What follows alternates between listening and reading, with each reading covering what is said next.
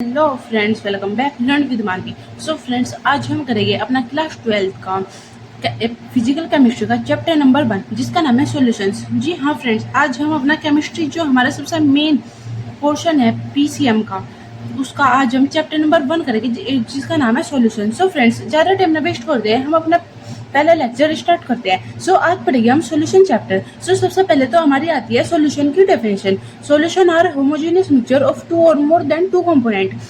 Solution क्या है? जो दो या फिर दो से ज्यादा कंपोनेंट का मिक्सचर है। होमोजीनियस मिक्सचर, जिसके होमोजीनियस कहने क्या क्या मतलब है? जिसके अंदर सामान घुल जाए। मान के चलो आपने कोई कुछ चीज ले ली, मतलब वाटर ले लिया आपने, और आपने उसके अंदर डाल दिया सोल्ट, तो वो जो मिक्स हो गया ना, वो चीज अच्छी तरह से मिक्स होगी, उसको बोलते हैं होमोजीनियस मिक्सचर। तो कहने का मतलब है solution are homogeneous mixture of two or more than two component. मतलब जो सॉल्यूशन है वो एक होमोजेनियस मिक्सचर है दो या दो से ज्यादा बने हुए कंपोनेंट का। सेकंड पॉइंट है हमारा, by homogeneous mixture we mean that it composition and properties are uniform throughout the mixture. So इसका कहने का क्या मतलब है कि जो होमोजेनियस मिक्सचर होता है उसका क्या मतलब है? होमोजेनियस मिक्सचर वो है जो कि यूनिफॉर्म मिक्स कर रहा है। यूनिफॉर्म कहने का क्या मतलब है? बिल्कुल बराबर मात्रा में। कहने का मतलब क्या है कि आपने वो ले लिया, आपने एक गिलास ले लिया, आपने उसके अंदर वाटर ले रखा, एंड आपने उसके अंदर चीनी शुगर डाल दी, तो वो बिल्कुल अच्छी तरह से मिक्स हो गया, मतलब कि वो पूरे के अंदर मिक्स हो गया। तो मान के चलो आपने उसके ऊपर तो आपने एक चम्मच ले लिया, एक चम्मच में वो वाटर ले लिया, तो वो आपको मीठा लगेगा। जो आप नीचे तलोगे तो वो भी मीठा ही होगा। मतलब आप जब उसको पियोगे तो आपको नहीं, आप ऊपर से पियोगे तो वो थोड़ा कम मीठा लगेगा, और नीचे से लोगे तो ज्यादा मीठा लगेगा। बिल्कुल ऊपर से लेकर नीचे लोग वो इक्वल मात्रा में मिक्स होगा। सो नेक्स्ट पॉइंट आता है हमारा, generally the component that is present in the larger quantity is known as solvent. So solvent क्या होता है? जो कोई हमने मिक्सचर ले रखा, कोई कंपोनेंट ले रखा जिसकी सबसे ज्यादा मात्रा होगी, लार्जेस्ट क्वांटिटी, मतलब कि जिसकी ज्यादा मात्रा होगी, उसको हम सॉल्वेंट बोलते हैं। नेक्स्ट पॉइंट है हमारा, solvent determines the physical state in which solution exist. मतलब कि जो सॉल्वेंट है, सॉल्वेंट सबसे ज्यादा होगा, वही हमारी जो सॉल्यूशन की फिजिकल स्टेट है। कहने का क्या मतलब है कि वो सॉलिड है, लिक्विड है, गैस है, वो उसकी स्टेट डिफाइन करता है। मतलब मान के चलो कि जो हमने सॉल्वेंट ले लिया सॉलिड, तो हमारी जो फिजिकल स्टेट, मतलब जो हमारा सॉल्यूशन बन के आएगा वो सॉलिड बन के आएगा। अगर जो हमने सॉल्वेंट ले लिया लिक्विड, तो हमारे जो सॉल्यूशन बन जाएगा वो लिक्विड में आएगा। सो गैस हुए तो गैस बन जाएगा। सो नेक्स्ट पॉइंट हमारा, one or more component present in the solution other than solvent are called solute. मतलब कहने का क्या मतलब है? कोई हमने सॉल्यूशन ले रखा, हमने दो मिक्सचर मिला है इसके अंदर, तो जो सा ज्यादा मात्रा में होगा वो उसको तो बोलते हैं हम सॉल्वेंट, और जो सा कम मात्रा में होगा उसको बोलेंगे हम सोल्यूट। सो देखो फ्रेंड्स, आई होप आपको सॉल्यूशन की जो सारी ये पॉइंट है, मेन पॉइंट है, वे आपकी समझ में आई होगी। सो नेक्स्ट है हमारा टाइप्स ऑफ सॉल्यूशन। मतलब कि ये देखो, ये हमारे टाइप ऑफ सॉल्यूशन है कि सोल्यूट ले लिया एंड सॉल्वेंट ले लिया, एंड ये उसके कॉमन एग्जाम्पल है। सो सबसे पहले हम अपना गैसेस सॉल्यूशन ले रहे हैं। ये जो हमने टेबल बना रही है हमारी एनसीईआरटी बुक में गिवन है, एंड ये हमारी बहुत मेन टेबल है। तो हमारे जो गैसेस सॉल्यूशन है उसका पहले तो ले लिया हमने गैस, तो हमने ले लिया सोल्यूट, और गैस ही ले लिया हमने सॉल्वेंट। तो जब हम गैस को गैस के अंदर मिक्स करके, तो हमारा उसका क्या एग्जांपल है? मिक्स ऑफ O2, मतलब कि oxygen and nitrogen gas. Second है, अगर जो हमने सोल्यूट तो ले लिया लिक्विड, एंड गैस ले लिया हमने सॉल्वेंट, तो उसका एग्जांपल क्या है? Chloroform mix in N2 gas. Third है हमारा सोल्यूट एंड गैस, तो उसका बेस्ट एग्जांपल है कैम्परिन N2 गैस। नेक्स्ट है लिक्विड सॉल्यूशन, तो उसके अंदर हमने सोल्यूट ले लिया गैस, एंड सॉल्वेंट ले लिया हमने लिक्विड, तो उसका बेस्ट एग्जांपल है ऑक्सीजन डिजोल्व इन वाटर। फिर नेक्स्ट है हमारा, हमने सोल्यूट ले लिया लिक्विड एंड सॉल्वेंट ले लिया लिक्विड, दोनों लिक्विड ले लिया, तो उसका बेस्ट एग्जांपल है इथेनॉल डिजोल्व इन वाटर। फिर नेक्स्ट है solid and liquid, so glucose dissolve in water, and ऐसे ये सॉलिड सॉल्यूशन का है। गैस का सॉलिड, गैस और सॉलिड को जब हम मिक्स करेंगे तो उसका क्या है? Solution in H2 in palladium. फिर नेक्स्ट है liquid solid, amalgam of mercury with Na मतलब सोडियम। फिर नेक्स्ट है solid and solid, copper dissolve in gold. So देखो फ्रेंड्स, ये हमारी जो टेबल है वो मैंने आपको बता दी। सो नेक्स्ट टॉपिक है हमारा एक्सप्रेसिंग कंसंट्रेशन ऑफ सॉल्यूशन। सो जो हमारी वे एक्सप्रेसिंग कंसंट्रेशन ऑफ सॉल्यूशन है, वे वो सारे सेवरल मैनी टाइप्स की है। तो जो हमारी कंपोजिशन है, composition of solution can be describe by expressing in concentration. So सबसे पहले आती है हमारी मास परसेंटेज। मास परसेंटेज को हम कैसे लिखते हैं वेट बाय वेट तय, मतलब W/W तय। तो मास ऑफ कंपोनेंट, इसके क्या डेफिनेशन है, mass of component of solution divide by total mass of solution multiply 100। तो फ्रेंड्स देखिए इसकी जो डेफिनेशन है वो बिल्कुल ये वाली है, बिल्कुल कि हमने ये फॉर्मूला बिल्कुल रटना है। मास परसेंटेज हमें कह देगी, हमें मास परसेंटेज निकालना, तो हमें क्या करना है कि mass of the component of the solution, mass of the component of the solution मतलब कि मास जो उस कंपोनेंट हमें जो गिवन कंपोनेंट है उसका जो मास हुआ और डिवाइड में कर दिया टोटल मास ऑफ सॉल्यूशन, जो सॉल्यूशन का टोटल मास है, एंड मल्टीप्लाई कर दिया 100 से। सो देखो ये हो गया। फिर नेक्स्ट है हमारा concentration describe by mass percent is commonly use in industrial chemical application. तो जो हमारे कंसंट्रेशन मास परसेंटेज है वो कॉमनली कहाँ यूज करी जाती है, इंडस्ट्रियल केमिकल एप्लीकेशन में। और फिर उसका एग्जाम्पल है commercial bleaching solution contain 3.62 mass percent of sodium hypochloride in water. So ये इसका एग्जांपल है। एंड नेक्स्ट आता है हमारा volume percentage. So volume percentage क्या है, वॉल्यूम बाय वॉल्यूम। फिर उसका जो फॉर्मूला है वो है volume of the component divide by total volume of solution multiply 100। सो इसकी डेफिनेशन क्या है, वॉल्यूम ऑफ कंपोनेंट, जो हमें कंपोनेंट दे रखा, मतलब कंपोनेंट करने का क्या मतलब है, जो हमें सोल्यूट दे रखा, एंड डिवाइड कर देंगे हम total volume of solution. So solution किसके इक्वल होता है, वो होता है सोल्यूट प्लस सोलवेंट के, एंड मल्टीप्लाई 100 कर देंगे, ठीक है। सो नेक्स्ट है हमारा मास बाय वॉल्यूम परसेंटेज, मतलब मास मतलब W एंड वॉल्यूम V। मास को हम किससे रिप्रेजेंट करते हैं W से, और वॉल्यूम को V से। So it is the mass of solute dissolve in 100 ml of the solution. So ये इसकी डेफिनेशन है। नेक्स्ट है हमारा पार्ट्स पर मिलियन। सो इसका जो फॉर्मूला है वो है number of parts of the component divide by total number of parts of all component of the solution multiply 10⁶। So friends ये हमारे हो गया। एंड नेक्स्ट हमारी मेन जो डेफिनेशन वो है मोल फ्रैक्शन। सो मोल फ्रैक्शन क्या होता है, मोल फ्रैक्शन होता है number of mole of component, जो number of mole of component है। मोल किसके इक्वल होता है, मोल होता है मास, जो मास हमें गिवन है अपॉन मोलर मास के, एंड डिवाइड कर देंगे हम total number of moles of the component. कहने का क्या मतलब है, number of moles of component मतलब x1, जो हमारा x1 है वो किसके इक्वल होगा, मास, जो हमें गिवन मास, हमें जो न्यूमेरिकल दियो रखेगी उसके अंदर हमें मास गिवन देगी, फिर उसके बाद डिवाइड करके हम उसको मोलर मास से। और जो एक बात याद रखना, जो सम होता है मोल रेशो का, इसका मतलब ये x1 प्लस x2 वो हमेशा इक्वल होता है 1 के, ठीक है। सो नेक्स्ट डेफिनेशन हमारी बहुत मेन इंपोर्टेंट डेफिनेशन है मोलैरिटी। एंड इसके ऊपर इतने भर के न्यूमेरिकल आते हैं हमारे बोर्ड्स में, एनसीईआरटी में, जिसकी कोई हद ना हो। तो मोलैरिटी क्या होता है, it is defined as the number of mole of solute dissolve in 1 litre or 1 cubic decimetre of solution. मतलब ये तो आप चलो छोड़ो, इसका कहने का मतलब है it is defined as a number of mole of solute, मतलब कि मोल ऑफ सोल्यूट तो ऊपर आ गया, एंड उसको हम डिसॉल्व करेंगे वॉल्यूम ऑफ सॉल्यूशन में, divide by volume of solution. और वो जो वॉल्यूम ऑफ सॉल्यूशन है वो होना चाहिए लीटर में, ठीक है। तो इसका कहने का क्या मतलब है, it is defined as a number of mole of solute, ऊपर तो आ जाएगा, फिर उसको डिसॉल्व करेंगे हम इन 1 लीटर सॉल्यूशन में, ठीक है।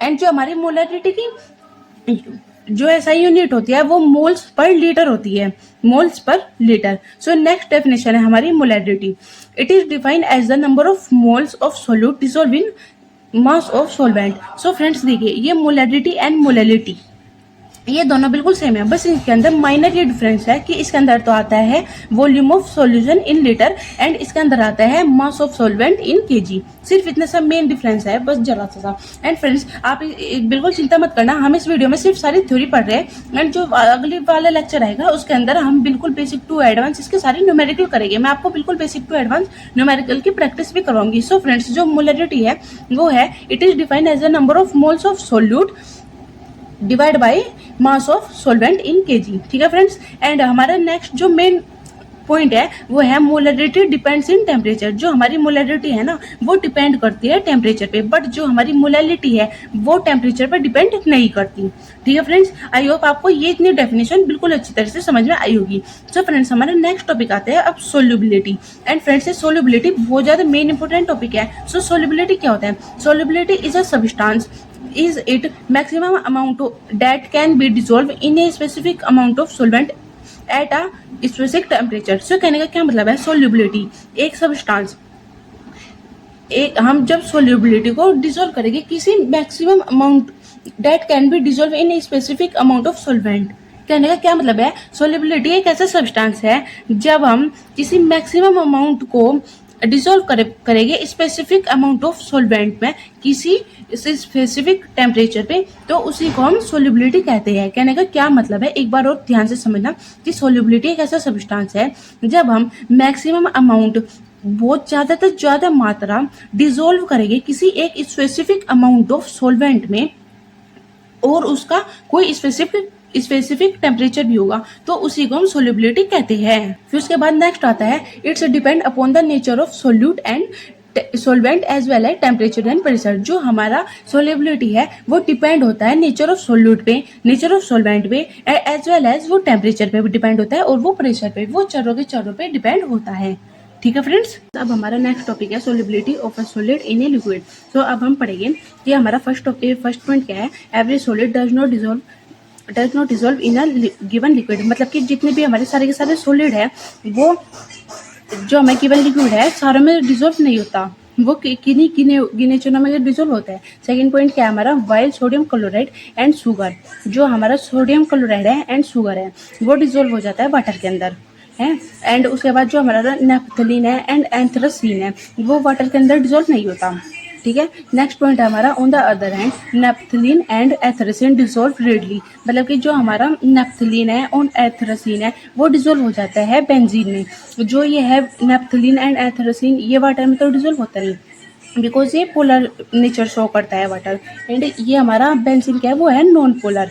ठीक है, फिर उसके बाद बट जो सोडियम क्लोराइड है एंड शुगर है वो डू नॉट, मतलब कि जो सोडियम क्लोराइड है एंड शुगर है वो बेंजीन के अंदर डिसॉल्व नहीं होता।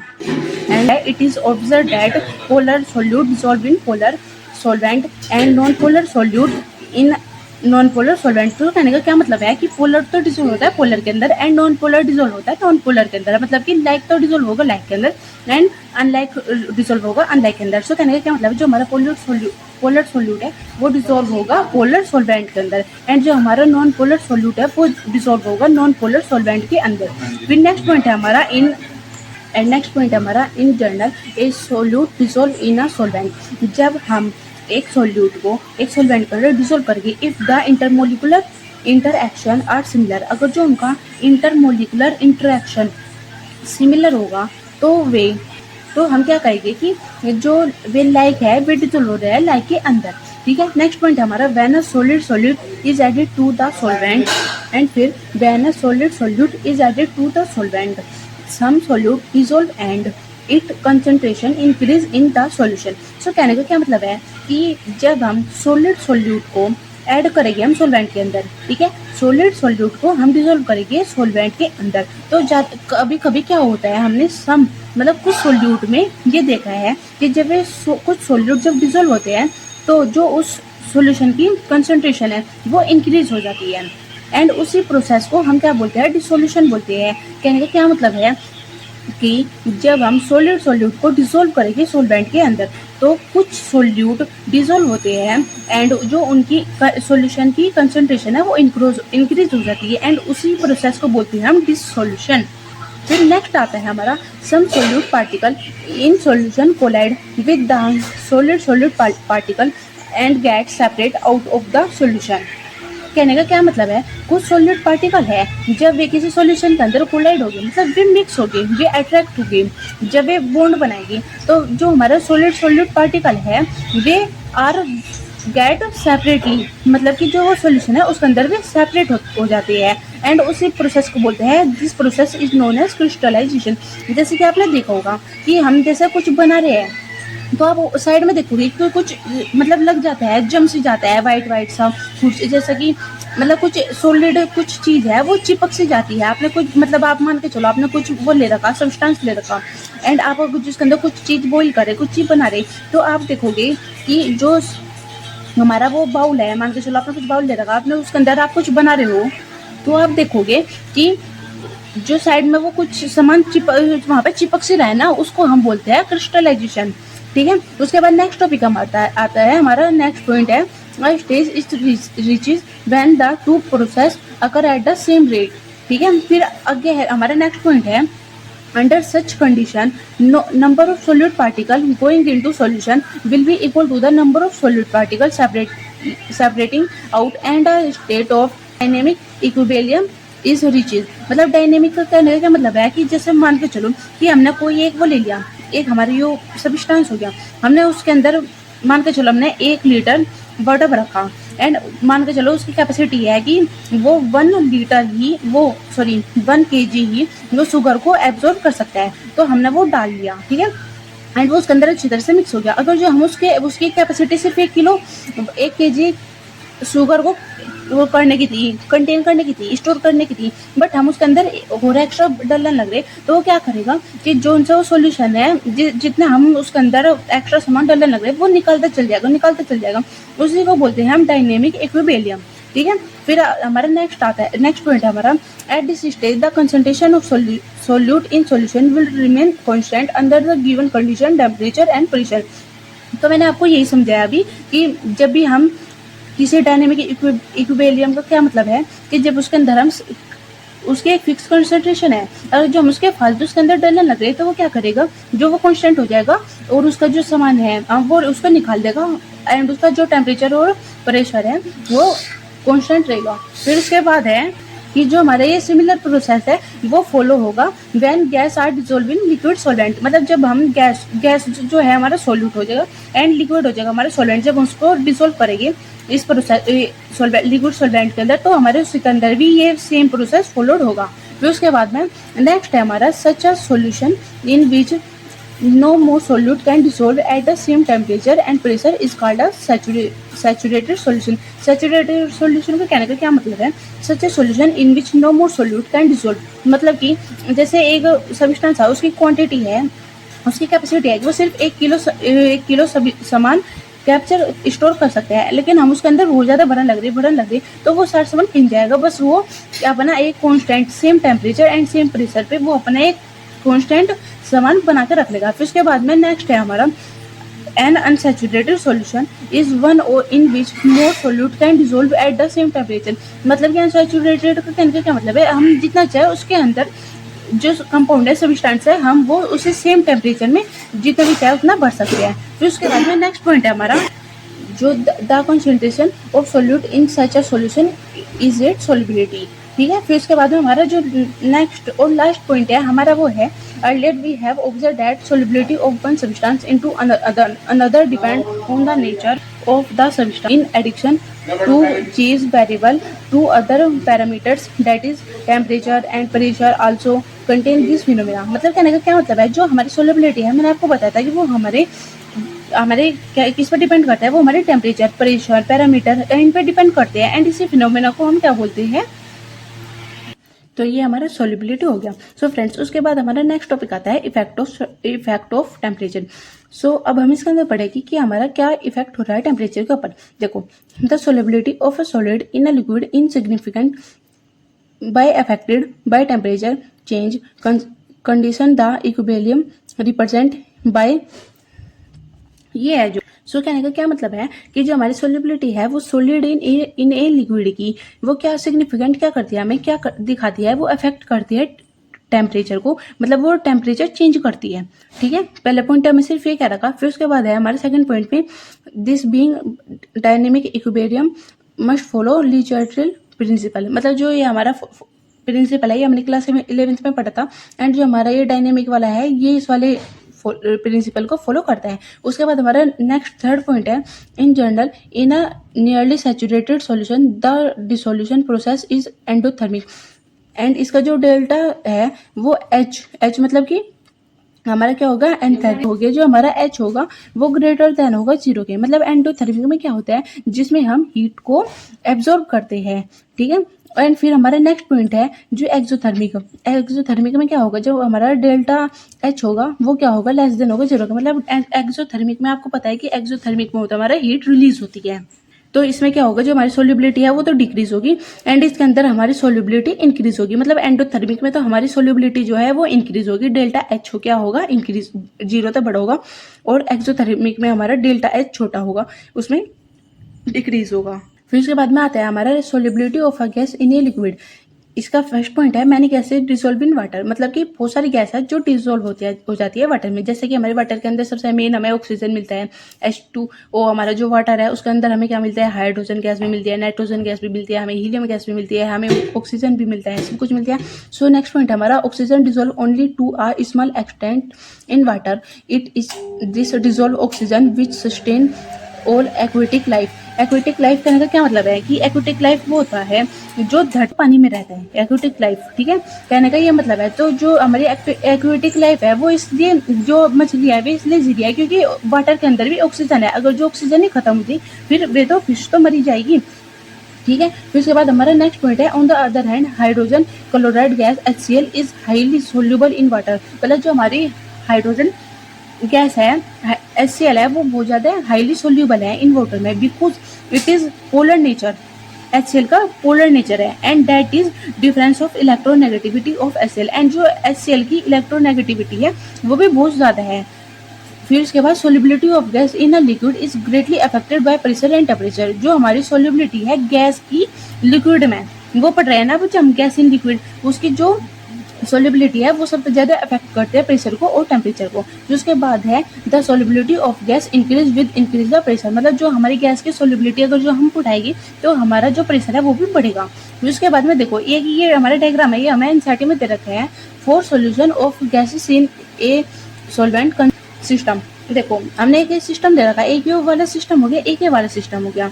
यहाँ पे नीचे तो हमारा सोल्यूशन है, यहाँ पे कुछ है नहीं, यहाँ पे खली है, यहाँ पे भी नीचे सॉल्यूशन है, एंड ऊपर हमारा प्रेशर मतलब टेम्परेचर जो है वो है। फिर देखो आप देख पा रहे हो जहाँ पे हमने यहाँ पे सिर्फ एक, हमने यहाँ पे इसको कर दिया बंद, ये बंद कर दिया, एंड इसको भी हमने यहाँ पे बंद कर दिया। यहाँ पे तो हमने W1 रखा, मतलब यहाँ पे तो सिर्फ हमने एक वेट रखा। तो देखो यहाँ पे जो इसके ये सब्सटेंस है वे खुले खुले थे, एंड यहाँ पे हमने 3 वेट रखे, W1 W2 W3। तो यहाँ पे देखो यहाँ पे कितने ज्यादा प्रेशर लग रहा है, एंड ये सारे सब्सटेंस नीचे हो रहे। तो देखो यहाँ पे लिख रखा है the lower part is solution, मतलब जो नीचे का पार्ट है वो सॉल्यूशन है, and the upper part is gases system, मतलब यहाँ पे है सिर्फ गैस, यहाँ पे खाली है, एट प्रेशर एंड टेम्परेचर, मतलब यहाँ पे प्रेशर भी है टेम्परेचर भी है। फिर इसके बाद assume this system to be in a system state of dynamic equilibrium, ठीक है। Under this condition rate of gases particle entering and leaving the solution phase in the same, ठीक है फ्रेंड्स। ये वाला टॉपिक हमारा खत्म हो गया। फिर उसके बाद हमारा नेक्स्ट टॉपिक आती है Henry law, and Henry law हमारे सबसे मेन टॉपिक है, इसके अंदर भर भर के हमारे न्यूमेरिकल बनते हैं। सो इसका सबसे इसकी 2 डेफिनेशन है। पहली है the law state that all at a constant temperature the solubility of a gas in liquid is directly proportional to the partial pressure of gas present above the surface of the liquid or solution।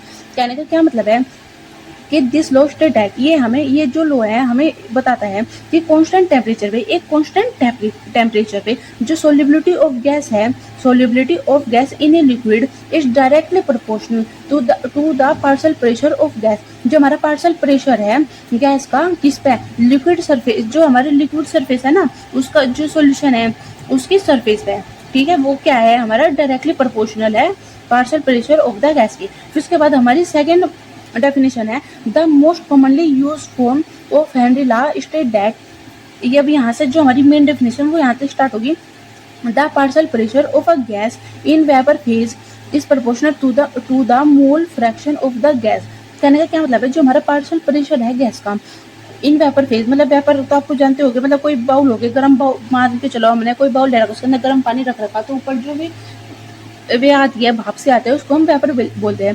तो ये हमारी vapour phase है वो directly proportional हो जाएगा mole fraction की, and this is called हमारे Henry law. सो देखो ये हेनरी लॉ है, पी क्या है, पी हमारा है पार्शियल प्रेशर इक्वल है के एच एक्स के, एक्स है हमारा मोल फ्रैक्शन।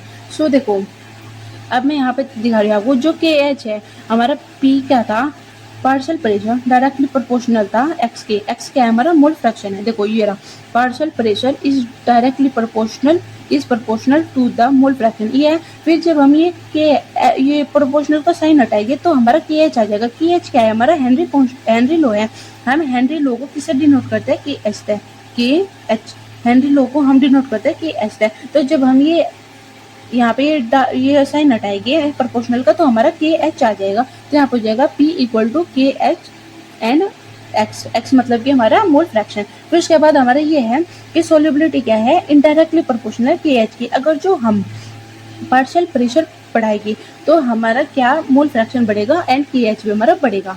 और जो सोल्यूबिलिटी है डायरेक्टली प्रोपोर्शनल है टेम्परेचर की। फिर उसके बाद में हमारा हेनरी लो कंप्लीट हो गया। उसके बाद हमारा नेक्स्ट टॉपिक आता है application of Henry law. So Henry law के 3 एप्लीकेशन है। सो फर्स्ट है to increase the solubility of CO2 in soft drink and soda water the बोतल is sealed under high pressure. So देखो friends, आपने देखा होगा जब भी आप बाहर से सॉफ्ट ड्रिंक लेकर आओगे या फिर सोडा वाटर मतलब आप कोल्ड ड्रिंक की बोतल लेकर आओगे तो आप जब उसको खोलोगे तो आप जब उसको ऐसे खोलोगे तो आप देखोगे उसके अंदर से एकदम से आवाज आती है, उसके अंदर से गैस निकलती है, एकदम से कहते हैं ना गैस निकल गई। तो कहने का क्या मतलब है कि to increase the solubility of CO2 मतलब जो हमारी सॉफ्ट ड्रिंक है सोडा वाटर है हम उसके अंदर ना CO2 गैस फिल करके रखते हैं ताकि हमें जितनी ज्यादा CO2 गैस भरेगी उसकी सोल्युबिलिटी क्या होगी, इंक्रीज होगी। ठीक है। एंड जो हमारी वो बोतल है, बोतल का जो प्रेशर है वो इतना ज्यादा टाइट होगा मतलब उसको जो अंडर प्रेशर है हाई प्रेशर हो जाएगा, मतलब कि जो बोतल का प्रेशर है ना वो बहुत ज्यादा हाई हो जाएगा। ठीक है फ्रेंड्स, इसका फर्स्ट पॉइंट का कहने का यही मतलब था। सो उसके बाद नेक्स्ट पॉइंट था हमारा scuba divers must cope with high concentration of dissolved gas while breathing air at high pressure underwater. Increase pressure increase the solubility of atmospheric gas in blood. When the dives come towards surface the pressure greatly decrease. This release the dissolved gas and leads to the formation of bubbles of nitrogen in the blood. सो देखो इसके अंदर कहने का क्या मतलब है, जो scuba divers है हम आप देखते होंगे कि स्कूबा डाइवर्स के पीछे एक गैस का सिलेंडर रखते हैं। वो क्यों रखते हैं, जब जो हमारा अर्थ पे है जब कोई इंसान अर्थ पे है उसके ऊपर जो प्रेशर लग रहा है वो कम लग रहा है, उस पे ऊपर सिर्फ जो हमारा ऊपर स्काई का प्रेशर है सिर्फ वो लग रहा है, या फिर जो हमारे पास आसपास एटमोस्फेयर है उसका प्रेशर लग रहा है सिर्फ। ठीक है, तो हम जो रहते हैं हमारे पास कम प्रेशर में रह रही है। अभी तो हम जब वो आदमी स्कूबा डाइवर्स जब नीचे उसके अंदर जाएगा स्विमिंग करेगा वो स्विमिंग में नीचे जाएगा वो वाटर में, तो देखोगे आप उसके अंदर बहुत ज्यादा हाई प्रेशर लगेगा। एक तो उसके ऊपर वाटर का प्रेशर लगेगा, दूसरा उसके ऊपर एटमोस्फेयर का प्रेशर लगेगा, मतलब उसके ऊपर दो प्रेशर होगी। तो उसकी वजह से क्या होता है एटमोस्फेयर प्रेशर जो हमारे गैस है जो मतलब कि जो हमारे ब्लड के अंदर नाइट्रोजन गैस है उसके ना हमारे ब्लड के अंदर बबल्स बनने स्टार्ट हो जाते हैं जब वो नीचे धरती में जाएगा। फिर उसके बाद जब वो नीचे धरती से ऊपर आएगा ना तो हमारे ब्लड हमारे क्या होता है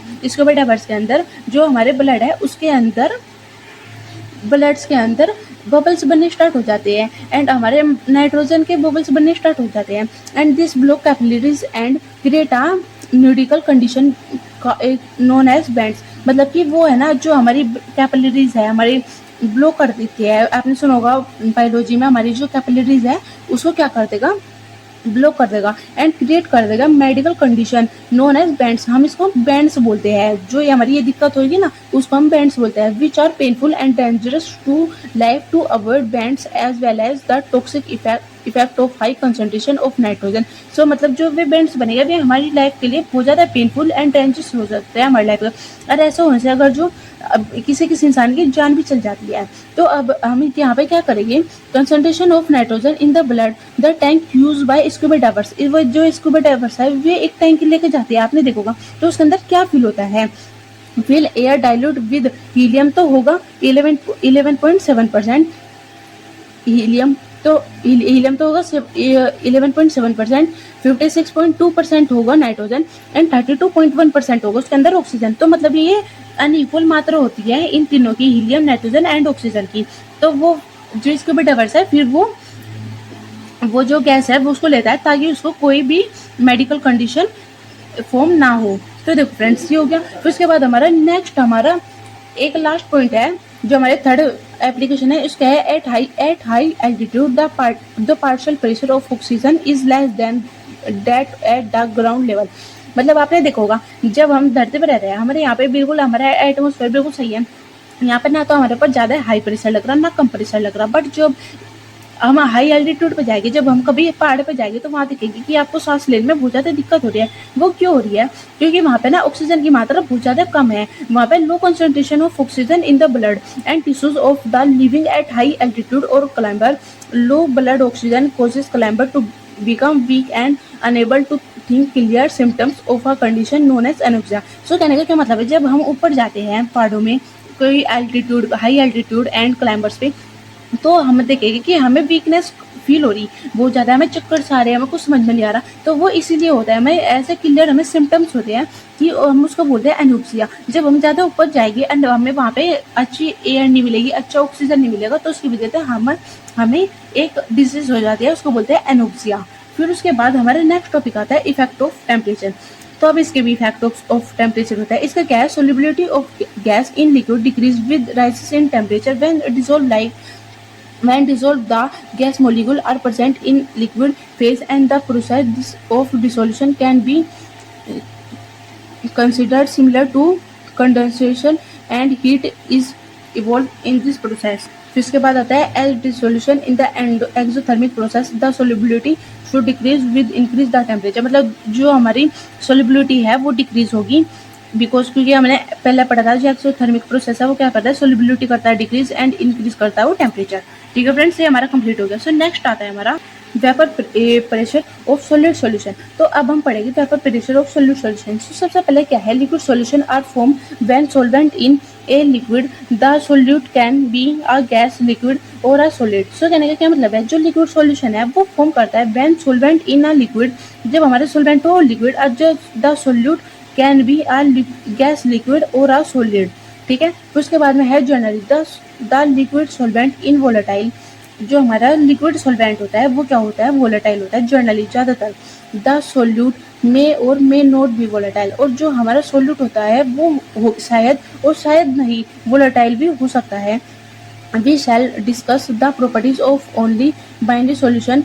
This is the solution containing two component, name of the solution of liquid in liquid, solid in solid। So ये हमारे दो क्या करता है, दो कंपोनेंट कंटेन करता है। सो पहला तो है हमारा लिक्विड इन लिक्विड एंड दूसरा है हमारा सॉलिड इन सॉलिड। सो सबसे पहले पढ़ेंगे हम लिक्विड इन लिक्विड। देखो फ्रेंड्स, हमने ये दो बाउल ले लिए, एक तो ये वाला बाउल ले लिया, एक ये वाला बाउल ले लिया।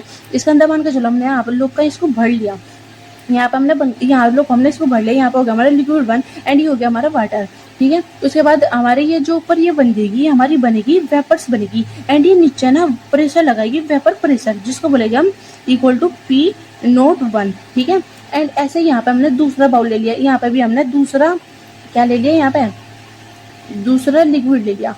फिर उसके बाद में यहाँ पे भी ये कुछ वेपर बनेगी और वो भी यहाँ पे प्रेशर लगाएगी, उसको बोलेंगे P02 बोलेंगे एंड यहाँ पे ये वेपर होगी। तो उसके बाद देखो हमारे जब हम दोनों को प्रेशर को मिला लेंगे तो हमारा P टोटल क्या हो जाएगा, P1 + P2 हो जाएगा।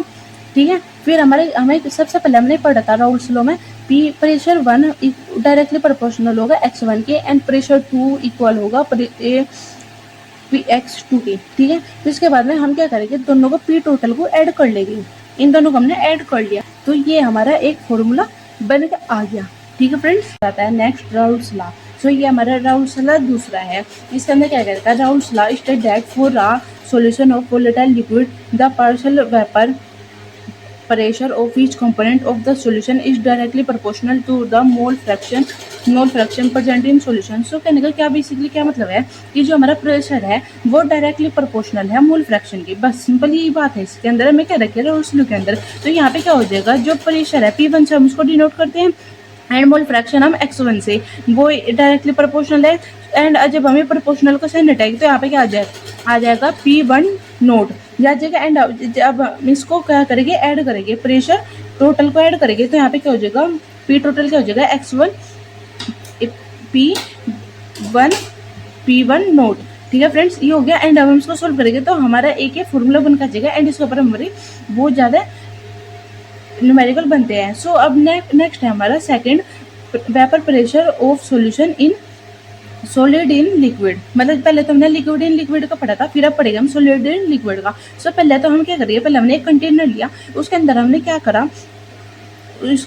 करा, एक कंटेनर लिया, उसके अंदर हमने सिर्फ लिक्विड भर दिया है और फिर उसके ऊपर जो हमने उसको ऊपर उसको बंद कर दिया तो ऊपर हमारी क्या आ जाएगी, वेपर की फेज आ जाएगी, वेपर फेज। ये हम ऐसे गोल है ना ये, एंड ये नीचे क्या लगाएगा, ये वेपर प्रेशर लगाएगा नीचे। ठीक है, फिर नेक्स्ट हमने यहाँ पे क्या करा, हमने दूसरा कंटेनर लिया, उसके अंदर हमने क्या करा, जो लिक्विड था उसके अंदर हमने थोड़ा सा सॉलिड मिला लिया। फिर उसके बाद यहाँ पे क्या होगा कि जो ये सोल्यूट है ये तो कुछ सोल्यूट ऊपर आ जाएगी। यहाँ पे तो हमारे बहुत ज़्यादा सोल्यूट के ये वेपर फेज के पार्टिकल आते हैं, बट यहाँ पे हमारे जो वेपर फेज के पार्टिकल है वो बहुत कम आएंगे बिकॉज जब हमारा वो हम इसके अंदर सोल्यूट, हम लिक्विड के अंदर सॉलिड मिलाएंगे तो क्या होगा, हमारा जो पेपर प्रेशर है वो डिक्रीज हो जाएगा। बस सिंपल बेसिकली कहने का यही मतलब है। सो नेक्स्ट आता है हमारा ideal and non ideal solution. So ideal कहने का क्या मतलब है, जो आज्ञाकारी, जो हमारी बात मान ली, और नॉन आइडियल जो हमारी बात ना माने। सो यहाँ पे क्या है इसकी definition, liquid and liquid solution can be classified into liquid and non ideal solution on the basis of Raoult's law. जो कहने का क्या मतलब है, जो लिक्विड सॉल्यूशन है हम उसकी हेल्प से इसको क्लासिफाइड कर पा रहे हैं।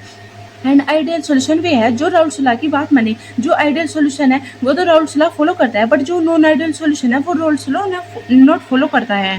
सो अब यहाँ पे आइडियल सॉल्यूशन के बारे में पढ़ते हैं। The solution which obey Raoult's law over the entire range of concentration are known as ideal solution. So कहने का यही मतलब है बेसिकली कि जो राउल्स लॉ फॉलो करता है, आइडियल सॉल्यूशन जो राउल्स लॉ फॉलो करे उसको हम आइडियल सॉल्यूशन बोलते हैं। फिर आगे है the ideal solution have two other important properties. जो आइडियल सॉल्यूशन है उसकी दो इंपॉर्टेंट प्रॉपर्टीज है। पहली है the enthalpy of mixing of the pure component to for the solution is zero and the volume of mixing is also zero. मतलब कि जो हमारा डेल्टा एच है एंथैल्पी है वो इक्वल होगा जीरो की, एंड जो हमारा वॉल्यूम होगा, डेल्टा वॉल्यूम होगा, वो भी इक्वल टू होगा जीरो की।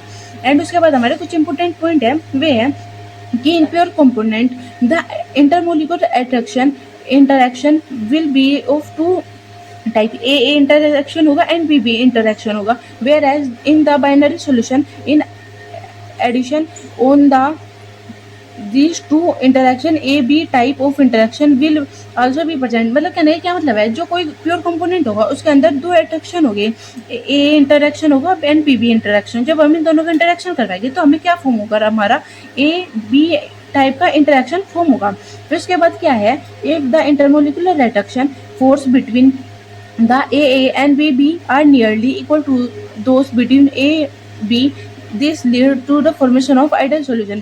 कहने का मतलब जो हमारे इंटरमोलिकुलर अट्रैक्शन फोर्स है बिटवीन ए एंड बी के अंदर, जब वो नियरली वो पास आएगी तो हमारा एक क्या फॉर्म होगा, वो इक्वल होगा ए बी इंटरेक्शन की। फिर उसके बाद नेक्स्ट है a perfectly ideal solution is rare but some solution are nearly ideal in behaviour. मतलब कि जो आइडियल सॉल्यूशन है वो तो बहुत रेयरली मिलेंगे, परफेक्टली बहुत कम मिलेंगे, बट कुछ उसके आसपास मिलते हैं हमें आइडियल के बिहेवियर के। एंड इसका बेस्ट एग्जांपल है एन हेक्सेन एंड एन नेप्टीन। उसके बाद नेक्स्ट आता है हमारा नॉन आइडियल सॉल्यूशन। सो इसके अंदर क्या है, when A solution does not obey Raoult's law, मतलब जो राउल्स लॉ की बात ना माने, मतलब उसको फॉलो ना करें। नेक्स्ट है the vapour pressure of such a solution is either higher or lower than the predictable by Raoult's law. मतलब जो वेपर प्रेशर है किसी सॉल्यूशन का वो आइदर हायर और लोअर मतलब बढ़ेगा या फिर घटेगा, वो प्रेडिक्ट करेगा राउल्स लॉ। उसके बाद है if it is higher the solution exhibit positive deviation and if it is lower it exhibit never negative deviation from Raoult's law. मतलब कि जो हमारे ये राउल्स लॉ है वो ऐसा सीधा जा रहा, मतलब वो तो राउल्स लॉ क्या करा, फॉलो करा। अगर जो हमारा वेपर प्रेशर ऊपर की साइड हो रहा तो मतलब क्या है, वेपर प्रेशर हमारा पॉजिटिव है, एंड ये नीचे जा रहा तो वेपर प्रेशर हमारा नेगेटिव है।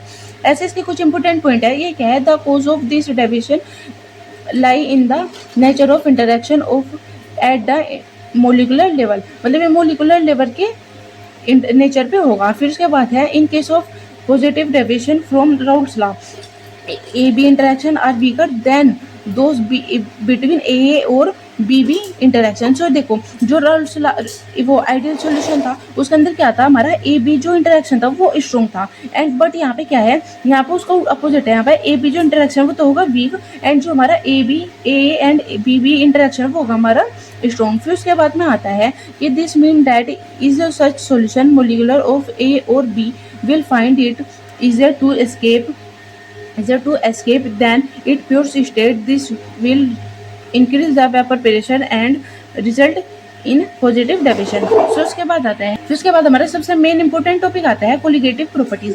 सो कोलिगेटिव प्रॉपर्टीज क्या होती है and determination of molar mass. So ये क्या है, all this properties depend on the number of solute particle. मतलब कि कहने का क्या मतलब, कोलिगेटिव प्रॉपर्टीज डिपेंड करती है नंबर ऑफ सॉलिड पार्टिकल पे irrespective of their nature relative to the total number of particle present in the solution.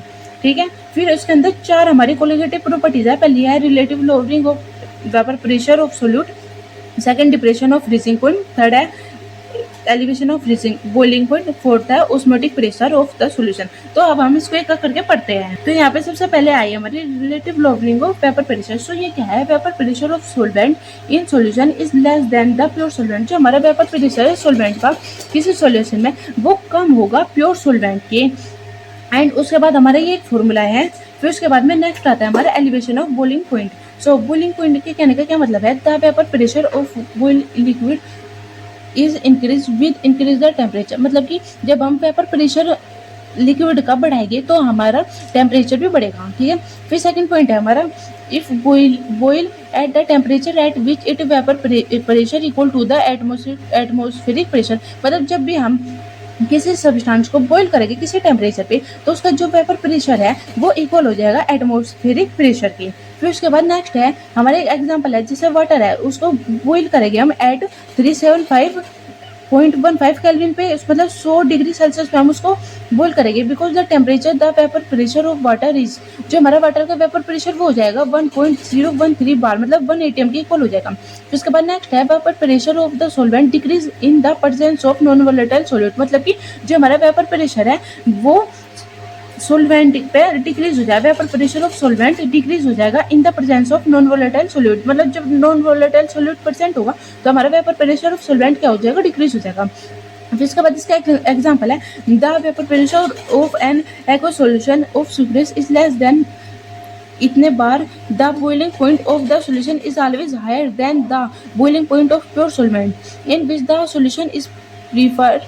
Boiling point also depend on the number of solute molecule रेयर than their nature. मतलब जो boiling point है वो depend करता है number of solute molecules पे, वो depend नहीं करता नेचर पे।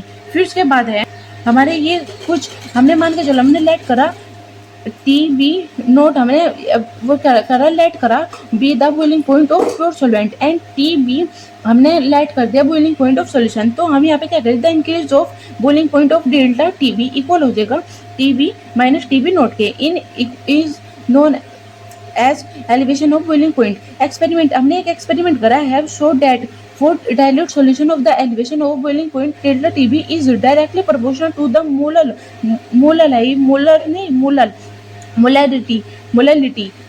molar concentration of the solute in solution। मतलब कि डेल्टा टीबी क्या है, डायरेक्टली प्रोपोर्शनल है मोलर के। मतलब मोलर को किस हमने डिफाइन करते थे स्मॉल एम से। अब जब हम ये डायरेक्टली प्रोपोर्शनल का साइन हटाएंगे तो यहाँ पे क्या हो जाएगा, के भी आ जाएगा। And K b is known as boiling point of elevation constant और मोलर एलिवेशन कांस्टेंट, एंड इसको बोलते हैं इबिलियोस्कोपिक कांस्टेंट। एंड जो इसकी यूनिट है, के बी की यूनिट है KG kelvin kilogram mole inverse. And इसके ये बहुत मेन दो इंपॉर्टेंट फॉर्मूले है, इसके ऊपर भर के हमारे न्यूमेरिकल बनते हैं। सो आप इनको बिल्कुल रट लें। सो नेक्स्ट है हमारा depression of freezing point. So यहाँ पे क्या है, the lowering of vapour pressure of the solution cause or lowering of freezing point compare to that of the pure solvent. उसके बाद है the freezing point of substance में भी define as the temperature at which the vapour pressure of the substance in which liquid phase is equal to the vapor pressure in the solid phase। फिर उसके बाद है a solution will freeze when its vapor pressure is equal to the vapor pressure of the pure solid solvent। मतलब जो हमारा solution है वो freeze होगा जब वेपर प्रेशर इक्वल होगा vapour pressure of pure solid solvent की। फिर according to Raoult's law, when a non volatile solid is added to the solvent it vapour pressure decrease. मतलब कि जब हम नॉन वोलेटाइल सॉलिड ऐड करेंगे किसी solvent में तो जो उसका वेपर प्रेशर है वो डिक्रीज हो जाएगा।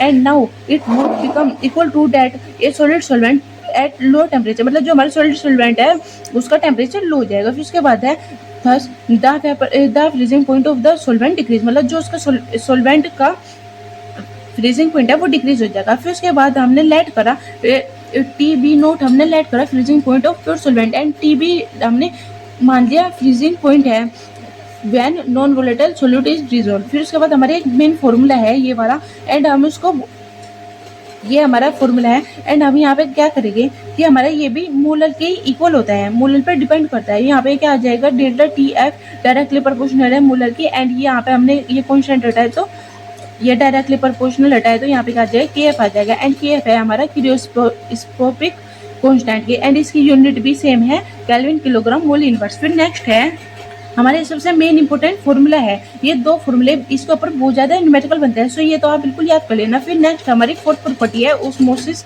And osmotic pressure. सो ये इसके चार तो ये है, इसके चार मेन पॉइंट है कि raw mangoes survive when picked in brine salt water. फिर नेक्स्ट है with flower revive when place in fresh water.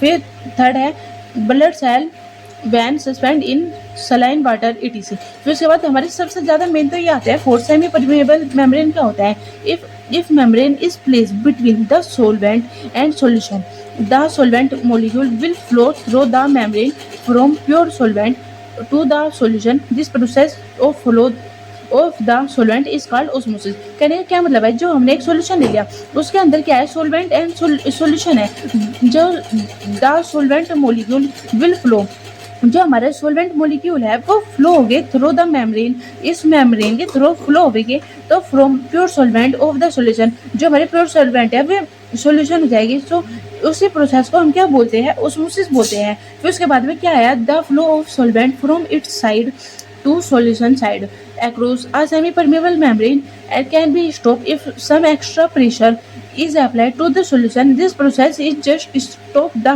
flow of solvent is called osmotic pressure। so इसका ये सबसे मेन फॉर्मूला है ऑस्मोटिक प्रेशर का pi equal to CRT, and ये भी हमारा एक मेन फॉर्मूला है। सो आई होप फ्रेंड आपको ये ऑस्मोटिक प्रेशर भी समझ में आया होगा। एंड नेक्स्ट है हमारा ये मेन एक डेफिनेशन है, two solution having same osmotic pressure at a given temperature are called isotonic solution। सो उसके बाद हमारा एक डेफिनेशन है reverse osmosis and water purification. तो ये क्या करेंगे, the direction of osmosis can be reverse if a pressure larger than the osmotic pressure is applied to the solution side। this phenomena is called reverse osmosis। मतलब कि जो हमारा osmosis process हो रहा है हम उसके अगर जो हम उसी के साइड थोड़ा सा प्रेशर लार्ज कर दें उस osmotic प्रेशर के तो अप्लाइड हो जाएगा हमारा रिवर्स osmosis प्रेशर। फिर उसके बाद हमारे नेक्स्ट आता है वांटा फैक्टर। हमें वांटा फैक्टर, हमें एक साइंटिस्ट है उन्होंने हमें वांटा फैक्टर दिया है, इसमें ये मिला था हमें 1980 में वांटा फैक्टर। एंड हम इसको कैसे रिप्रेजेंट करते हैं, आई से, small I say is known as van't factor to account for the extent of dissociation or association, dissociation and association. So यहाँ पे इसके कुछ फॉर्मूले हैं, इसके दो फॉर्मूले हैं, इसका है I equal to normal molar mass upon abnormal molar mass, and second है observe colligative property and divide by calculated colligative property. So friends हमारे वाले चैप्टर यहाँ पे एंड होता है। एंड आई होप फ्रेंड्स आपको मेरी एक्सप्लेनेशन अच्छी लगी होगी। अच्छा फ्रेंड्स आपको कुछ भी डाउट हो प्लीज़ आप मुझे कमेंट करके बताना, एंड आप फ्रेंड्स प्लीज़ मुझे कमेंट करके बताना कि आपको वीडियो कैसे लगी। सो फ्रेंड्स मिलते हैं अगले लेक्चर में, टिल एंड टाटा बाय बाय।